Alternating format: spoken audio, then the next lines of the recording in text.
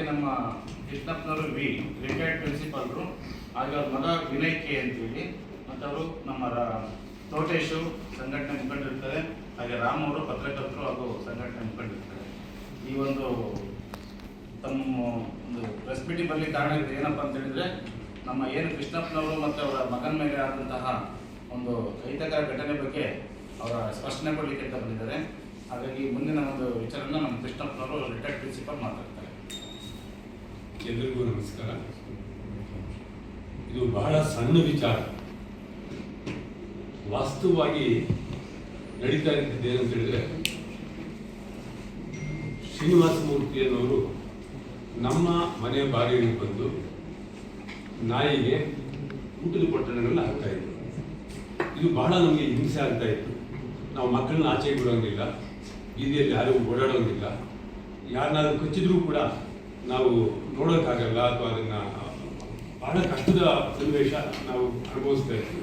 ಇಡೀ ರಾತ್ರಿ ಎಲ್ಲ ನಿದ್ದೆ ಇರೋದಿಲ್ಲ. ಸರ್, ಇಲ್ಲಿ ನಾಯಿಗಳ ಸಂತತಿ ಜಾಸ್ತಿ ಆಗುತ್ತೆ, ದಯವಿಟ್ಟು ನೀವು ಊಟ ಹಾಕ್ಬೇಡಿ, ಹಾಕೋದಾದ್ರೆ ನೀವು ಬೇರೆ ಕಡೆ ಎಲ್ಲಾದ್ರೂ ಹಾಕ್ಬೇಡಿ. ಇದು ನಾವು ಹಿಂದಿದ್ದು ಹೇಳ್ಕೊಂಡು ಬರ್ತಾ ಇದ್ವಿ. ಅವರು ಹಾಕ್ತಾನೆ ಇದ್ದಾರೆ, ಇವರು ಹಾಕ್ತಾನೆ ಇದ್ದಾರೆ. 9:15 ರಾತ್ರಿ 10 ಗಂಟೆಗೆ ಬರ್ತಾರೆ, ಹಾಕಿ ಹೋಗ್ತಾರೆ. ಸೊ ಇದನ್ನ ಹಾಕಬೇಡಿ ಅಂತ ನಮ್ಮ ಮಗ ಹೇಳಿದಾಗ ಅವ್ರಿಗೆ ಏನು ಸಿಟ್ಟು ಬಂತು ಗೊತ್ತಿಲ್ಲ. ಅವರು ದಿನೇಶ್ ಅನ್ನೋರು ನಮ್ಗೆ ಗೊತ್ತಿಲ್ಲ. ಡಾಕ್ಟರ್ ಜೊತೆ ಬಂದಿದ್ದವರು ಡಾಕ್ಟರ್ ಶ್ರೀನಿವಾಸ ಮೂರ್ತಿ ಮತ್ತು ಒಂದು 2 ಇಂಟರ್ನ್ಶಿಪ್ ಸ್ಟೂಡೆಂಟ್ಸ್ ಅಂತ ಕಾಣ್ತದೆ.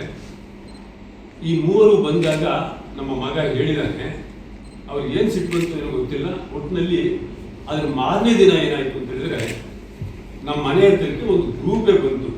ಯಾರು ದಿನೇಶ್ ಅನ್ನೋ ಗ್ರೂಪೇ ಬಂತು. ಒಂದು 7-8 ಜನ ಇದ್ರು. ಅವರು ಕಂಪ್ಲೇಂಟ್ ಕೊಟ್ಟು ಬಂದಿದ್ದಾರೆ. ಏನು ಕಂಪ್ಲೇಂಟ್ ಅಂತ ಹೇಳಿದ್ರೆ, ನಿಮ್ಮ ಮೇಲೆ ಅಟ್ರಾಸಿಟಿ ಕೇಸ್ ಇದೆ, ನೀವು ನಮ್ಮನ್ನ ಬೈದಿದ್ದೀರಾ, ಈ ಥರ ಬಂತು. ನಮಗೆ ಆಶ್ಚರ್ಯ, ಇವ್ರು ಯಾರು, ಇವ್ರು ನೋಡಿಲ್ವಲ್ಲ ನಾವು. ಯಾಕೆಂದರೆ ದಿನೇಶ್ ಅನ್ನೋರು ಗೊತ್ತಿಲ್ಲ, ದಿನೇಶ್ ಅವ್ರ ಟೀಮು ಗೊತ್ತಿಲ್ಲ. ಅಟ್ರಾಸಿಟಿ ಕೇಸು ಅಂತ ಹೇಳಿ ಬಂದರು. ಸರಿ, ಪೊಲೀಸ್ನವರೆಲ್ಲ ನೀವು ಬನ್ನಿ ಸ್ಟೇಷನ್ಗೆ, ಅಲ್ಲಿ ನಿಮ್ದೇನಿದೆ ಬರ್ಕೊಡಿ ಅಂತ ಹೇಳಿದ್ರು. ಇಷ್ಟೆಲ್ಲ ಆಗಬೇಕಾದ್ರೆ ನಾವು ಬೆಂಗಳೂರು ಫೋನ್ ಮಾಡಬೇಕಾದ್ರೆ ಇದು ಎಲ್ಲ ಇದು DSS ಮುಖ್ಯಸ್ಥರು ಕೂಡ ಗಮನಕ್ಕೆ ಹೋಗಿದೆ. ಅವ್ರ ಗಮನಕ್ಕೆ ಹೋಗಿ ಅವರು ಇದು ನಮ್ಮ ವಿಚಾರ ಅಲ್ಲ, ನಮ್ಮ ಸಂಘಟನೆ ವಿಚಾರ ಅಲ್ಲ ಅಂತ ಅವರು ಬಂದವರು. ಅವ್ರಿಗೂ ಬೆಲೆ ಕೊಡದೆ ನಾವು ಬಗೆಹರಿಸ್ಕೊಳ್ತೀವಿ, ನೀವ್ಯಾಕೆ ಇಂಟರ್ಫಿಯರ್ ಆಗ್ತೀರಾ, ನೀವ್ಯಾಕೆ ತಲೆ ಹಾಕ್ತೀರಾ, ನೀವು ಹೋಗಿ ನಾವು ಬಗೆಹರಿಸ್ಕೊಳ್ತೀವಿ. ಅವ್ರ ಉದ್ದೇಶ ಮಾನಿಟರಿ ಬೆನಿಫಿಟ್ ಅಷ್ಟೇ. ಒಂದು 50,000 ರೂಪಾಯಿ ದುಡ್ಡು ಕೊಡ್ತಾರೆ, ನನ್ನ ಕಿವಿಯಲ್ಲಿ 50,000 ರೂಪಾಯಿ ಬಗೆಹರಿಸ್ಕೊಳ್ರಿ. ಈ ಥರ ನನಗೆ ಬಹಳ ಬೇಜಾರಾಯಿತು.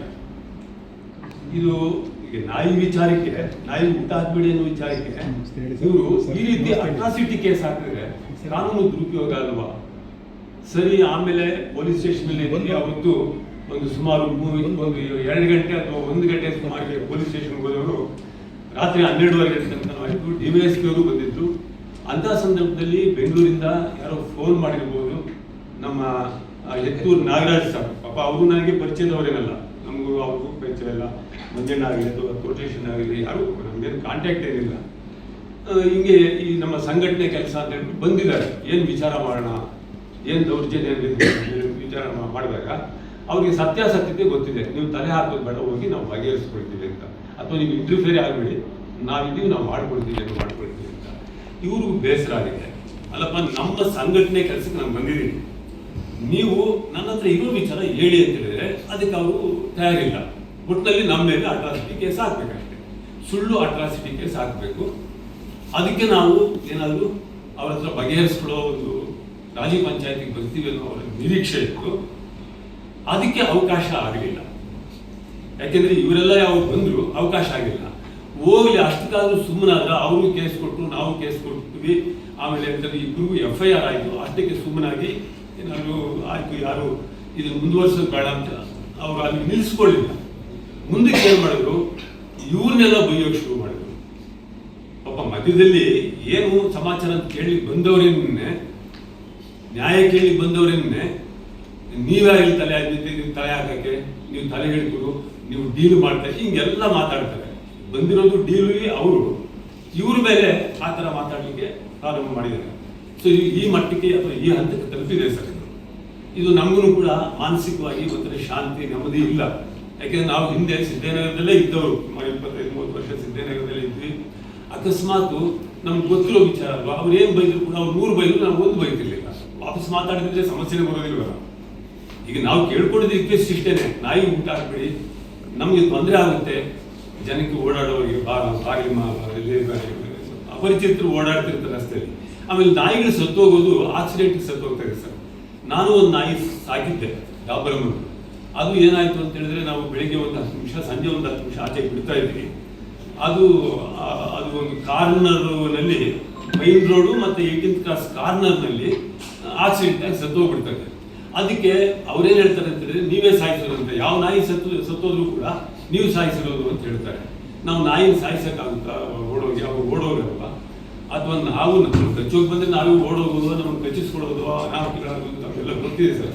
ದಿನಾ ಟಿವಿಯಲ್ಲಿ ನೋಡ್ತಾ ಇದ್ವಿ. ವಾರ್ ಇನ್ಸಿಡೆಂಟಿಗೆ ಮೊದಲು ಪ್ರತಿನಿತ್ಯ ನಾವು ನೋಡ್ತಾ ಇದ್ವಿ, ದಿನಾ ಇದು ನಾಯಿಗಳು ಕಚ್ಚುವ ಇನ್ಸಿಡೆಂಟ್.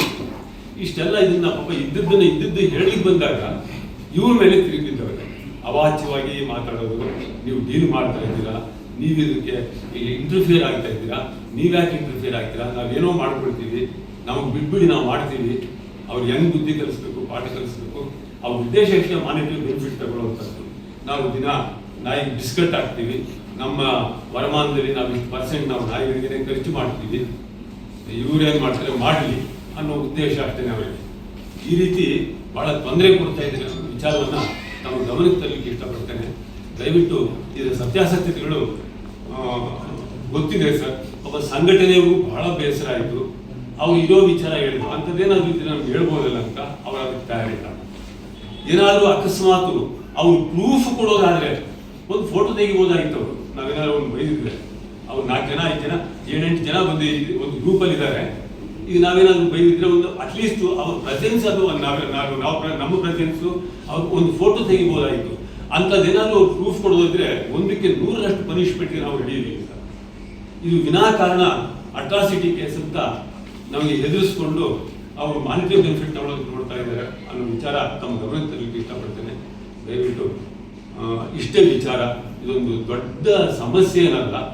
ಅವ್ರು ಎಲ್ಲೋ ಹೇಮಾವತಿ ನಗರದಲ್ಲಿ ಎಲ್ಲೋ ಡಾಕ್ಟರ್ ಅವರು, ಆಮೇಲೆ ಈ ಸಿದ್ದೇಶ್ ಅನ್ನೋರು ಎಲ್ಲಿದ್ದಾರೆ ನಮಗೆ ಗೊತ್ತಿಲ್ಲ, ದಿನೇಶ್ ಅವರು ಎಲ್ಲಿದ್ದಾರೆ ಅನ್ನೋದು ನಮ್ಗೆ ಗೊತ್ತಿಲ್ಲ. ಅವರು ಈಗ ಇದು ಡಾಕ್ಟ್ರು ಯಾವ ಕಮ್ಯುನಿಟಿ ಅನ್ನೋದು ಗೊತ್ತಿಲ್ಲ, ಯಾವ ಕಮ್ಯುನಿಟಿ ಅನ್ನೋದು ಅವ್ರಿಗೆ ಗೊತ್ತಿಲ್ಲ. ಅದ್ರಲ್ಲಿ ಬೈಯೋ ಪ್ರಶ್ನೆ ಏನಿದೆ, ಡಾಕ್ಟ್ರಿಗೆ ಯಾರಾದ್ರು ಬೈಯೋಕೆ ಹೋಗ್ತಾರೆ, ರಿಕ್ವೆಸ್ಟ್ ಮಾಡ್ತೀವಿ ನಾವು, ಸರ್ ಹಾಕ್ಬೇಡಿ, ಈ ಥರ ತೊಂದರೆ ಆಗುತ್ತೆ.